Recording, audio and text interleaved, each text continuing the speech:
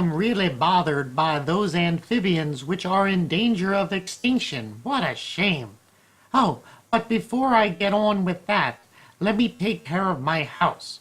For example, it needs care. In winter, there's all this snow and ice, and I need to use salt.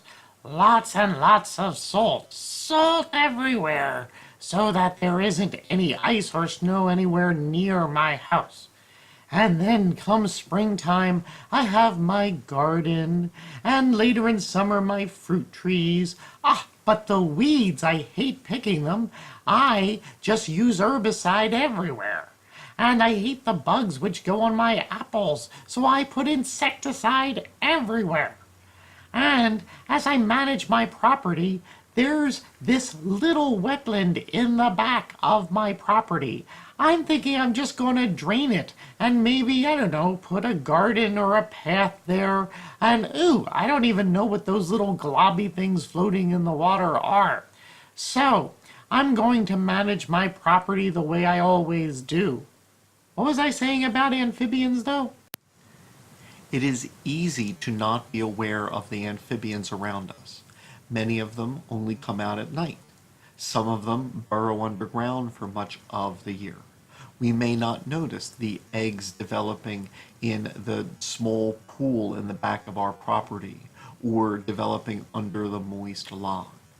And for that reason, we might not appreciate the effects that some of our actions will have on amphibian populations.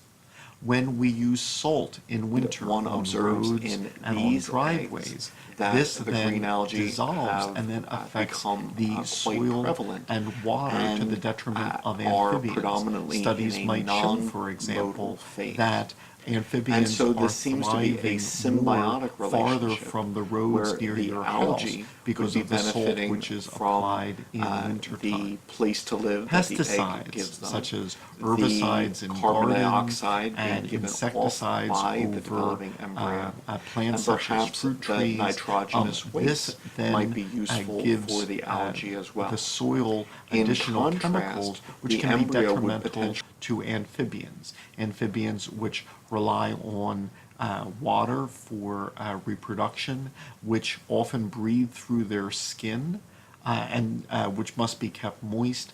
And so many of the chemical products we use around our homes may affect amphibians. Because amphibians are so dependent on water, developing property and managing property often involves the modification of standing pools, streams, swamps, and bogs, and this is often to the detriment of amphibians.